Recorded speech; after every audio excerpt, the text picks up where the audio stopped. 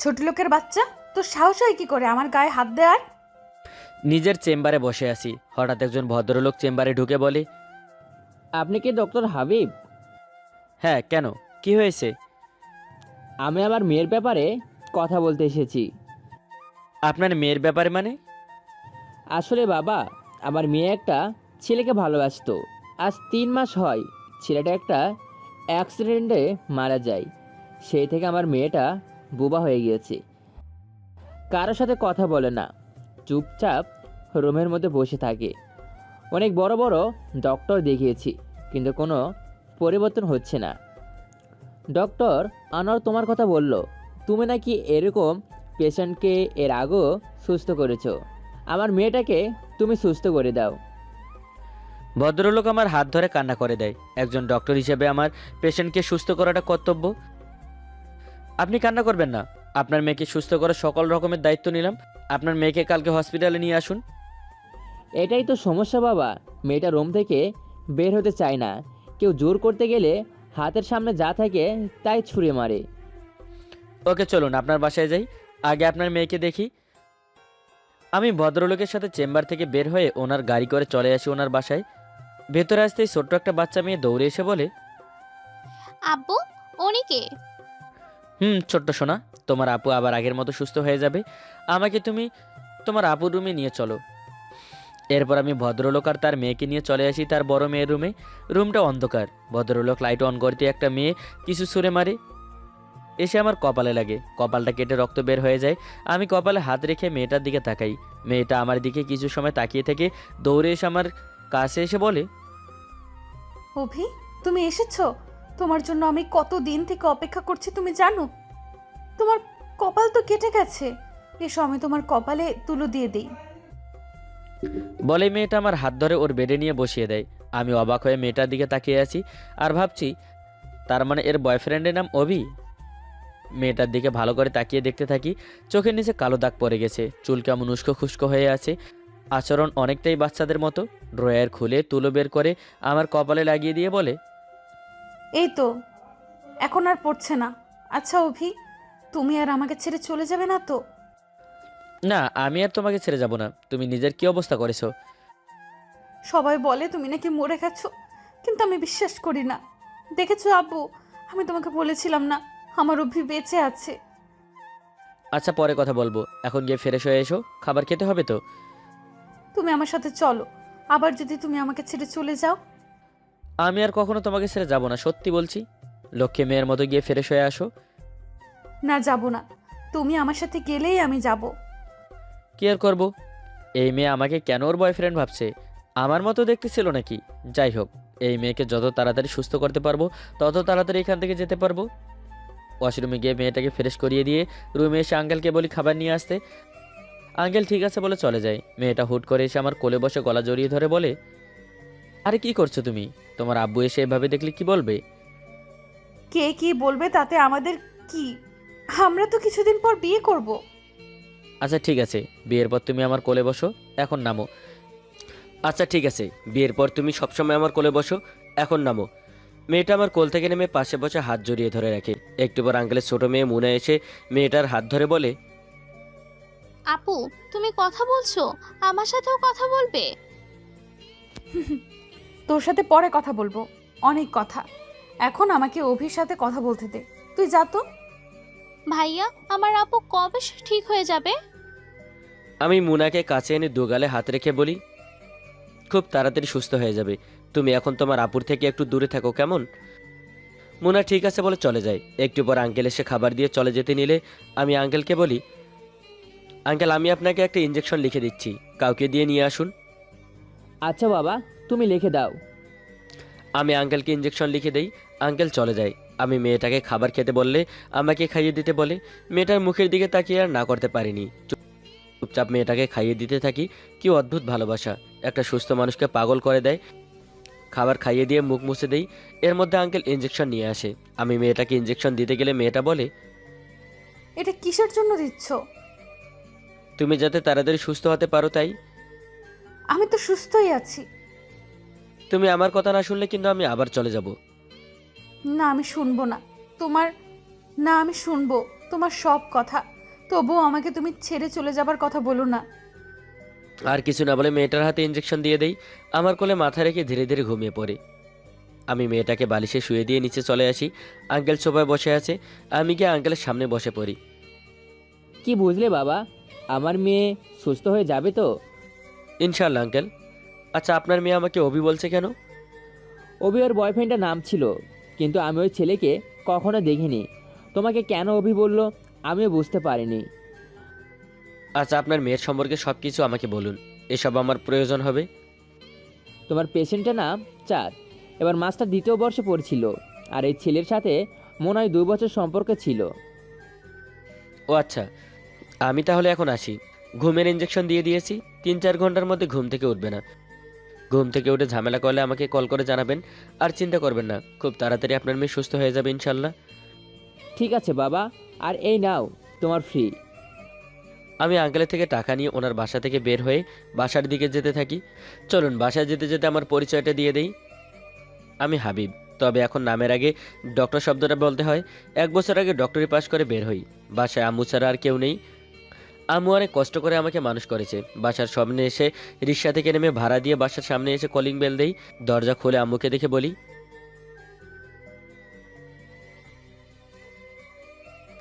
দরজা খুলে আম্মু আমাকে দেখে বলে, আজ একটা পেশেন্টের বাসায় গিয়েছিলাম আম্মু। মেয়েটা একটা ছেলেকে ভালোবাসতো। ছেলেটা মারা গেছে 3 মাস আগে, আর মেয়েটা মানসিক ভারসাম্য হারিয়ে ফেলেছে। ওখান থেকে আসলাম। কিন্তু তোর কপালে কি হয়েছে? এমন করে কাটলো কি করে? এরপর আম্মুকে সব বলি। সব শুনে আম্মু বলে, এর জন্য কিছু ছুঁড়ে মারতে হয়? কতটা কেটে গেছে? কিছু হবে না আম্মু, আমি রুমে যাচ্ছি। বলেই রুমে এসে চেঞ্জ করে শুয়ে থাকি। সন্ধ্যায় মোবাইলের রিংটোনে ঘুম ভেঙে যায়। মোবাইল হাতে নিয়ে দেখে আঙ্কেল কল করেছে। আঙ্কেল বলুন। বাবা চাঁদ ঘুম থেকে উঠে গেছে, আর তোমাকে দেখতে না পেয়ে পাগলামি করছে। আপনি মোবাইলটা চাঁদের কাছে দিন। এই নে, অভি তোর সাথে কথা বলবে। অভি, তুমি আবার আমাকে ছেড়ে কোথায় চলে গেছো? তুমি এখনই আমার কাছে আসো। তুমি একদম পাগলামি করবে না। লক্ষ্মী মেয়ের মতো গিয়ে গোসল করে চেঞ্জ করে বসে থাকো। আমি 30 মিনিটের মধ্যে আসছি। তুমি যদি 30 মিনিটের মধ্যে না আসো, তাহলে আমি কিন্তু কিছু করে ফেলবো। 30 মিনিটের থেকে 1 সেকেন্ডও লেট হবে না। ঠিক আছে, তুমি তাড়াতাড়ি চলে আসো। আমি ঠিক আছে বলে কল কেটে ওয়াশরুমে চলে যাই। ফ্রেশ হয়ে চেঞ্জ করে নিচে আসতে আম্মু বলে, কি রে হাবিব, তুই এখন আবার কোথায় যাচ্ছিস? তোমাকে যে মেয়েটার কথা বললাম ওর কাছে। আমাকে না দেখে পাগলামি করছে, যেতে হবে আমাকে আম্মু। আচ্ছা, বেশি লেট করিস না, তাড়াতাড়ি চলে আসিস। আমি হয়তো আজকে নাও আসতে পারি আম্মু, তুমি খেয়ে ঘুমিয়ে পড়ো। আমার কাছে তো বাসার চাবি আছেই। বলে বাসা থেকে বের হয়ে গাড়িতে উঠে বসি। আপনারা হয়তো ভাবছেন আমার গাড়ি থাকলে আমি কেন রিক্সা করে আসলাম তখন। আসলে আমি খুব একটা গাড়ি ব্যবহার করি না, গাড়ি স্টার্ট দিয়ে ড্রাইভ করতে থাকি। সে কখন থেকে অভির জন্য অপেক্ষা করছি, কিন্তু এখনো আসছে না। 30 মিনিট হতে আর 2 মিনিট বাকি। ড্রয়িং রুমে মন খারাপ করে বসে আছি, তখনই বাসার কলিং বেল বেজে ওঠে। আমি গিয়ে দৌড়ে দরজা খুলে দেখি অভি। চাঁদ আমাকে শক্ত করে জড়িয়ে ধরে। আঙ্কেল সোফায় বসে আছে, পাশে মুনা বসে আছে। এই মেয়েকে সুস্থ করতে এসেছে নাকি প্রেম করতে বুঝতে পারছি না। ডক্টর থেকে না প্রেমিক হয়ে যাই। তুমি এত লেট করলে কেন? আঙ্কেল আর মুনা এখানেই বসে আছে, এভাবে তাদের সামনে জড়িয়ে ধরতে হয় না। চাঁদ আমাকে ছেড়ে দিয়ে মুখে হাত দিয়ে আঙ্কেল আর মুনার দিকে তাকিয়ে শব্দ করে হেসে দেয়। আমি তো ভুলেই গেছি তোমরা এখানে আছো। তাই আপু, তোমার এখন মনে হয়েছে আমরা এখানে আছি? এই পিচ্ছি চুপ। আমি আমার বরকে আমি জড়িয়ে ধরেছি, তোর কি? চাঁদ, ওনা তোমার ছোট বোন, ওর সাথে এভাবে কথা বলে না। তোমার চুল থেকে তো এখন পানি ঝরছে, চলো আমি তোমার চুল মুছে দিচ্ছি। বলে আমি আঙ্কেলের সাথে কিছু সময় কথা বলে চাঁদকে নিয়ে ওর রুমে চলে আসি। ড্রেসিং টেবিলের সামনে চাঁদকে বসিয়ে দিয়ে আমি ওর চুল মুছতে দিতে গেলে চাঁদ বলে, 1 মিনিট, তুমি আমার চুল মুছে দিবে? আমি এগুলো মোবাইল ভিডিও করে রাখবো, তুমি যখন কাজে যাবে আমি এগুলো দেখব। বলে মোবাইলে ভিডিও অন করে একপাশে রেখে দেয়। আমি খুব যত্ন করে চাঁদের চুল মুছে দেই। চাঁদ মাঝে মাঝে দুষ্টুমি করছে, কখনো আমার হাতে কিস করছে, আবার কখনো ঘুরে আমাকে জড়িয়ে ধরছে। চুল মোছা হলে চুলে তেল দিয়ে দেই। উস্কো খুস্কো চুলগুলো এখন সুন্দর হয়ে গেছে। আগে বুঝতে পারিনি চাঁদের চুল এতটা বড়। এখন দেখি কোমর ছাড়িয়ে কিছুটা নিচে। চাঁদ উঠে একটা শাড়ি আমার দিকে এগিয়ে দিয়ে বলে, শাড়িটা তুমি নিজ হাতে আমাকে পরিয়ে দাও। কি বলছো তুমি? দেখো চাঁদ, এটা ঠিক নয়। আর তাছাড়া আমাদের এখনো বিয়ে হয়নি। এখন তুমি পরে নাও, বিয়ের পর আমি তোমাকে রোজ পরিয়ে দেবো, কেমন? তাহলে চলো আমরা আজ বিয়ে করে ফেলি। আজ কি করে বিয়ে করব? তুমি তো এখন অসুস্থ। আগে সম্পূর্ণ সুস্থ হয়ে নাও, তারপর আমরা বিয়ে করব। এখন মানে এখন। আব্বু, আব্বু। চাঁদের চেঁচামেচি শুনে আঙ্কেল রুমে এসে বলে, কি হয়েছে মা, তুই চিৎকার করছিস কেন? আমি অভিকাজ বিয়ে করব, তুমি আমাদের বিয়ের ব্যবস্থা করো। চাঁদের কথা শুনে আমি আর আঙ্কেল একে অপরের মুখের দিকে তাকিয়ে আসি। তোদের বিয়ে তো হবে। অভি বাবা, তুমি চাঁদকে বলনি সামনের মাসে 10 তারিখে তোমাদের বিয়ে? আর হ্যাঁ, তাই তো, আমি তো তোমাকে বলতেই ভুলে গেছি। আমি কোনো কথা শুনতে চাই না। এখন আমার আর অভির বিয়ে হবে, বাস। চাঁদ, পাগলামো করো না। আমি তো তোমার পাশে আছি, আর আমরা বিয়েও করব। চাঁদ কিছু না বলে একটা ছুরি হাতে নিয়ে ওর অন্য হাতে টান দেয়। মুহূর্তে হাতটা রক্তে লাল হয়ে গেছে। আমি দৌড়ে গিয়ে চাঁদের হাত ধরতে গেলে চাঁদ পেছনে সরে গিয়ে বলে, কেউ ধরবে না আমাকে, আমাকে কেউ ভালোবাসে না। প্রচণ্ড রাগ হয় আমার। চাঁদের কাছে গিয়ে ঠাস করে ওর গালে একটা থাপড় দিয়ে হাত থেকে ছুরিটা ফেলে দিয়ে প্যাকেট থেকে রুমাল বের করে ওর হাত বেঁধে দেই। আমি চাঁদকে সেরি দিয়ে অন্যদিকে ঘুরিয়ে থাকি। চাঁদ বলে, ঠিক আছে, আমাকে তোমার বিয়ে করতে হবে না। আমিও আর তোমার কোনো কথা শুনবো না। আমি খাবারও খাবো না আর মেডিসিনও নিব না। বলে কান্না করতে করতে রুম থেকে বের হয়ে যায়। আঙ্কেল আমার কাছে এসে বলে, বাবা, তোমাকে একটা কথা বলবো। আঙ্কেল বলুন। তুমি চাঁদকে বিয়ে করো। এসব কি বলছেন আঙ্কেল? আমি আপনার মেয়েকে সুস্থ করার দায়িত্ব নিয়েছি, কিন্তু তার জন্য আমি ওকে বিয়ে করতে পারবো না। বিয়ে কোনো ছেলে খেলা নয় আঙ্কেল।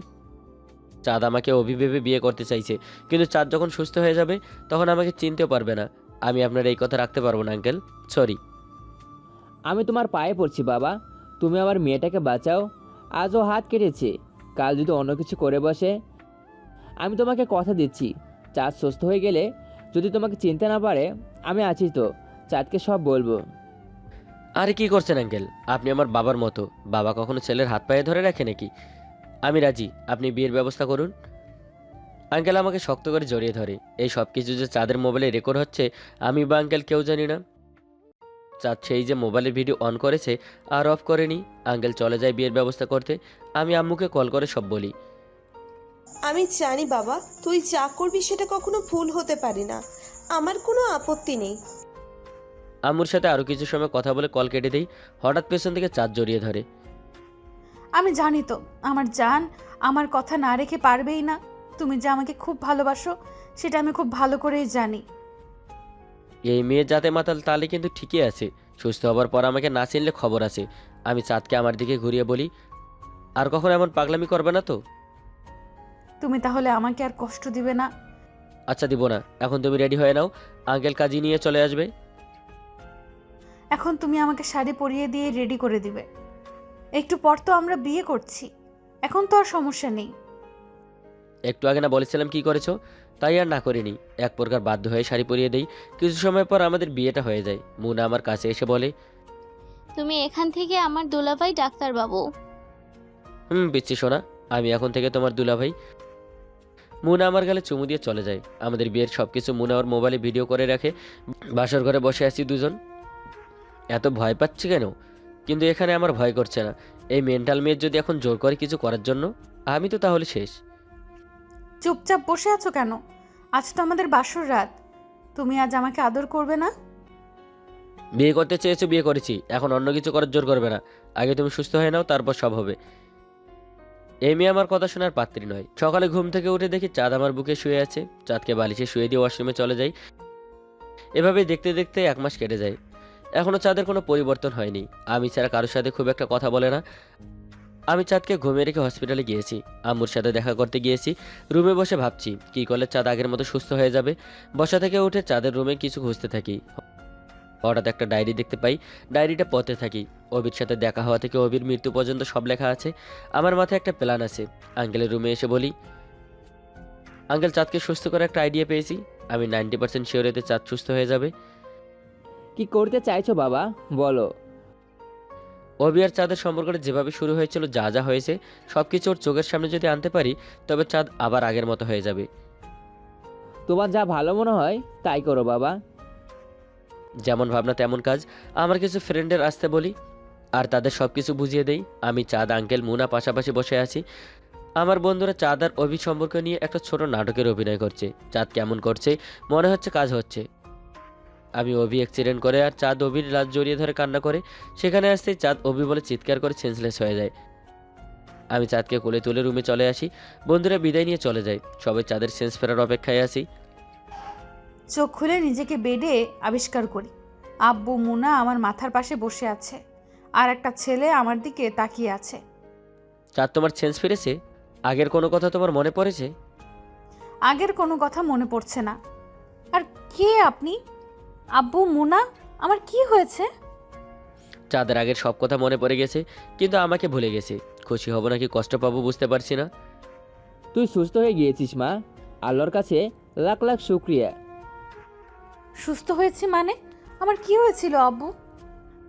আজ প্রায় 5 মাস আপু, তুমি সব কিছু ভুলে গিয়েছিলে, আমাদের সাথে কথা বলতে না, কিন্তু দুলাভাই তোমাকে সুস্থ করে দিয়েছে। দুলাভাই মানে? কে তোর দুলাভাই? কেন আপু, এই তো তোমার পাশে বসে আছে। তুমি কি দুলাভাইকে চিনতে পারছো না? আব্বু, মুনা এসব কি বলছে? মোনা ঠিকই বলছে মা, তুই নিজেই জোর করে হাবিবকে বিয়ে করেছিস। আমি জোর করে এই ছোট লোককে বিয়ে করছি? ইম্পসিবল আব্বু। তখনই মুনা ওর মোবাইল বের করে আমাদের বিয়ের ভিডিও দেখায়। আমি বেশ অবাক। একটা অসুস্থ মেয়ের ফায়দা নিয়ে তাকে বিয়ে করতে আপনার লজ্জা করলো না? হাহ, করবে কি করে? আমার আব্বু সম্পত্তি দেখে লোভ সামলাতে পারেননি। আপনি ডক্টর, এটা ভাবতে ঘৃণা হচ্ছে। চাঁদ, তুমি তো আমাকে বিয়ে করতে বাধ্য করেছো। আমি তো এই বিয়ে করতে চাইনি। এই ছোট লোকের বাচ্চা, তো সাহস হয় কি করে আমার শরীরে হাত দেবার?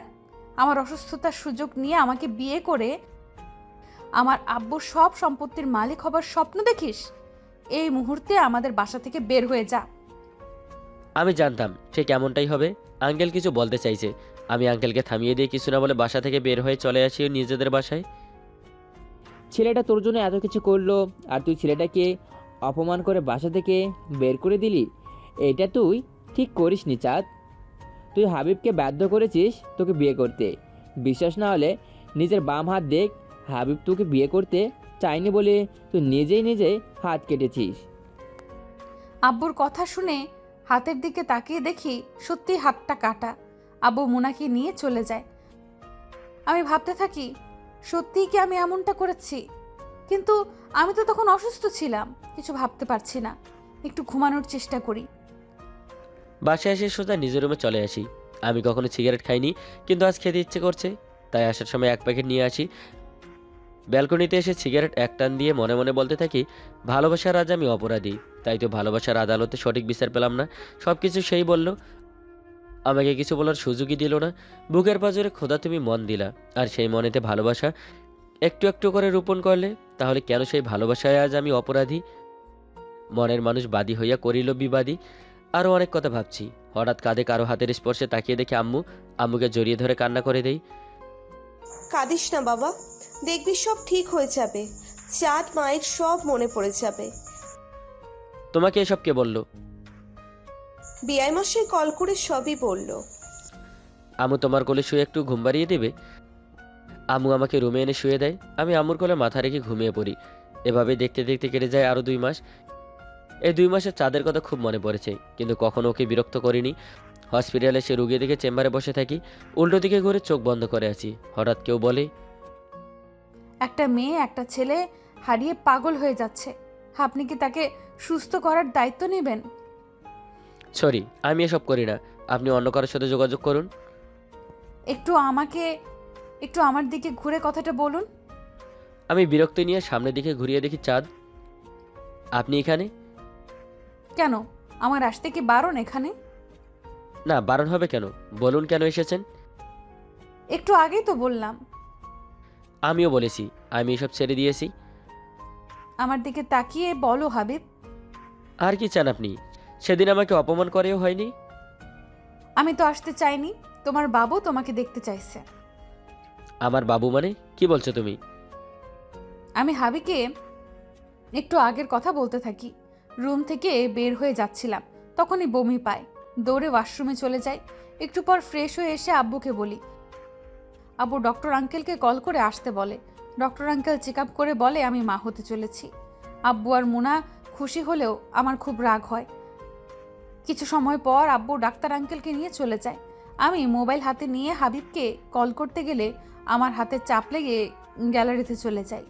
এতদিন মোবাইল হাতে নিইনি, নিজেকে আগের মতো গোছাতে ব্যস্ত ছিলাম। দেখি হাবিবের সাথে আমার অসংখ্য ছবি, সবগুলো ছবি আমার হাতে তোলা। মোবাইল আমার হাতে দেখে বুঝতে পারলাম আর একটা ভিডিও অন করতেই দেখি হাবিব আমার চুল মুছে দিচ্ছে, চুল ঠিক করে দিচ্ছে। আমি হাবিবকে জোর করছি শাড়ি পরিয়ে দেবার জন্য, হাবিব না করছে। এরপর আমি বিয়ের জন্য জোর করছি। এক পর্যায়ে আমি আমার হাত কেটে ফেলি। হাবিব আমাকে থাপ্পড় দিয়ে চিৎকার করে কিছু বলে, অন্যদিকে ঘুরে যায়। আমি কান্না করতে করতে রুম থেকে চলে যাই। এখন আব্বু হাবিবকে আমাকে বিয়ে করতে বলছে, হাবিব না করছে। আব্বু হাবিবকে পা ধরতে গেলে হাবিব বাধ্য হয়ে রাজি হয় আমাকে বিয়ে করতে। আব্বুর থেকে হাবিবের আম্মুর নাম্বার নিয়ে কল করে হাবিবের কথা জিজ্ঞেস করতেই বলে হসপিটালে। 1 সেকেন্ডও লেট না করে চলে আসি তোমার কাছে। তুমি মা হবে আর আমি বাবা, এর চেয়ে খুশির আর কি হতে পারে? তুমি আমাকে মাফ করে দাও। তুমি আমাকে যেই খবর দিয়েছো আমি আর তোমার উপর রেগে নেই। এসো আমার বুকে। চাঁদ আমার বুকে ঝাঁপিয়ে পড়ে বাচ্চাদের মতো কেঁদে দেয়।